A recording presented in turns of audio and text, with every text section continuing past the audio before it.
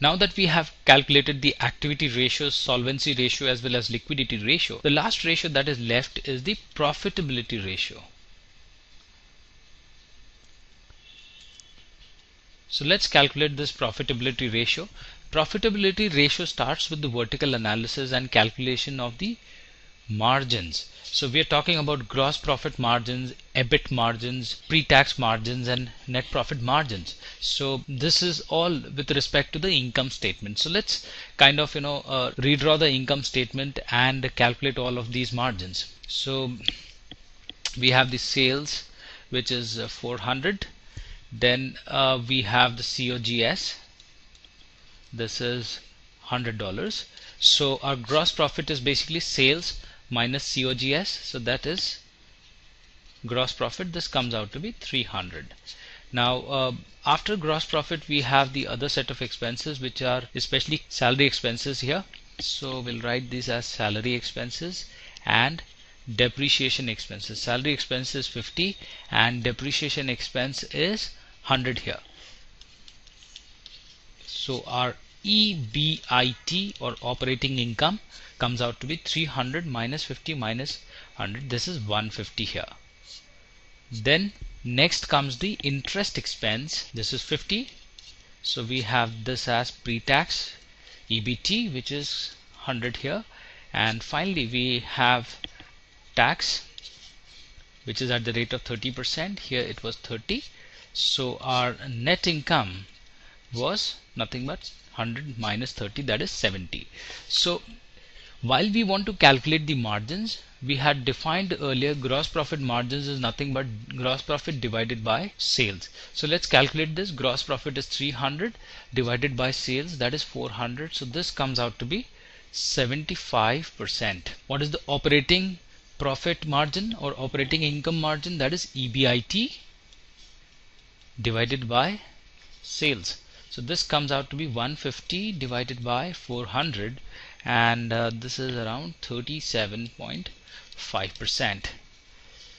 What about this pre-tax margin? Pre-tax margin is defined as EBT divided by sales.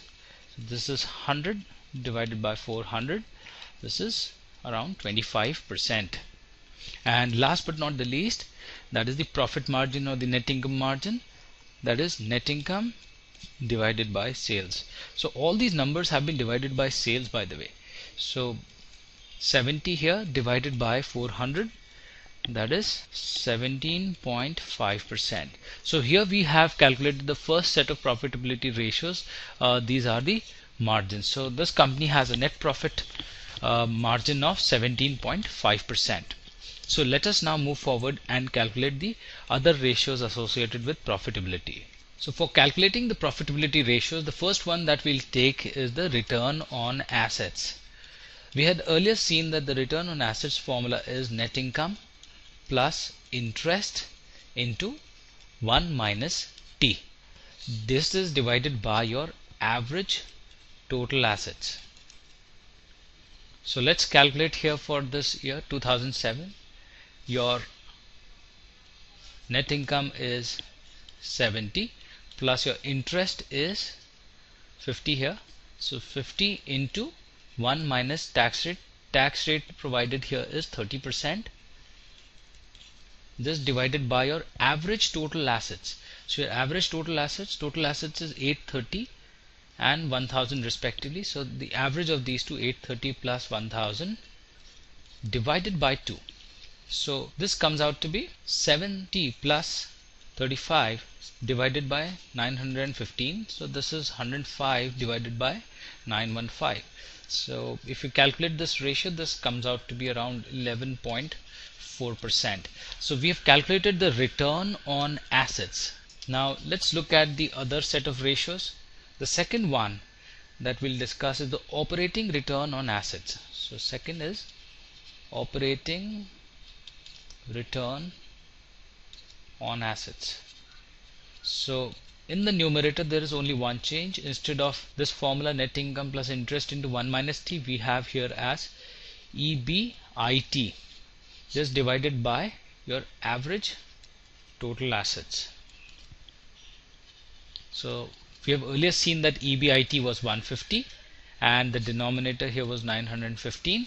So the total comes out to be around 16.3%. So this was operating return on assets. So let us look at the third ratio, that is defined as return on total capital.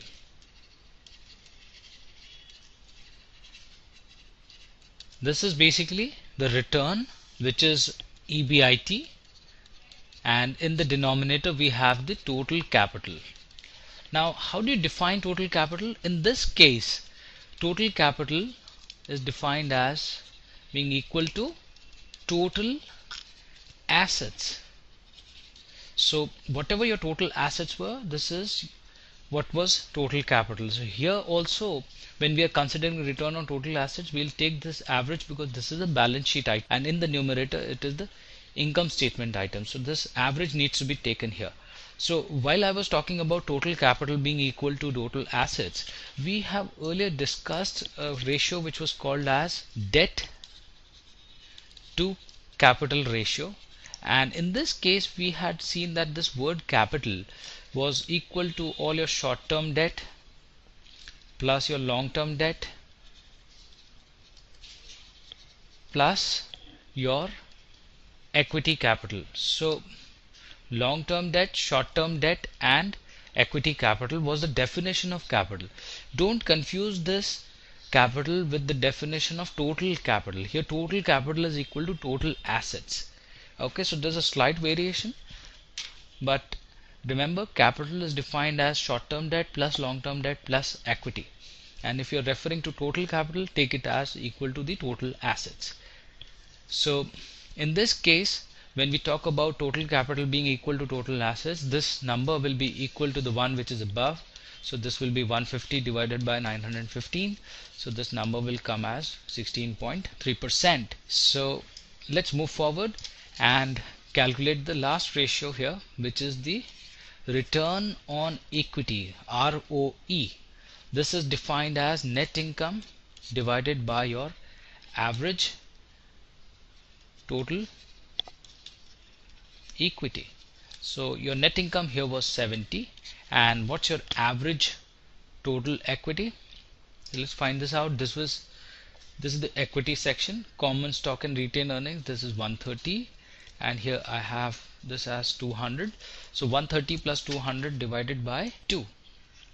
130 plus 200 divided by 2. So this is 70 divided by 165, and this number comes out to be 42.4%.